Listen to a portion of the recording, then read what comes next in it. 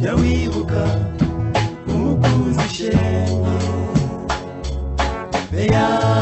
mwana wa mama we jya wibuka umukunzi shenge imyaka ibaye agahumbi ndakuzigamye ku mutima imyaka ibaye agahumbi ndakuzigamye ku mutima gakundwe gakundwe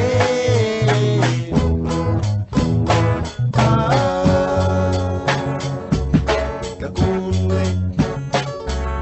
gakundwe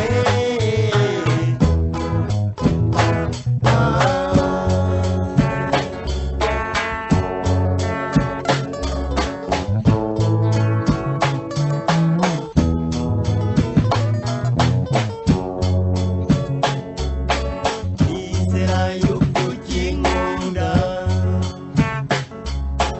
nizera yuko ukinkunda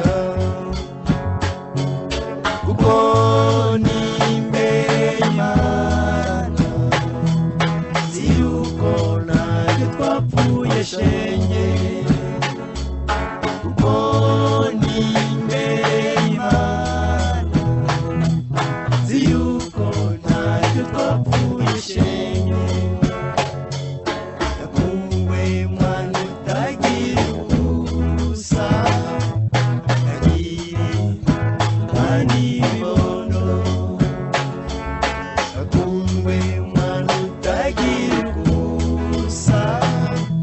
yagiri mwana ibibondo yakumwe yakungwe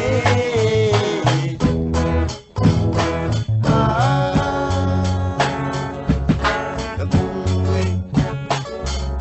yakungwe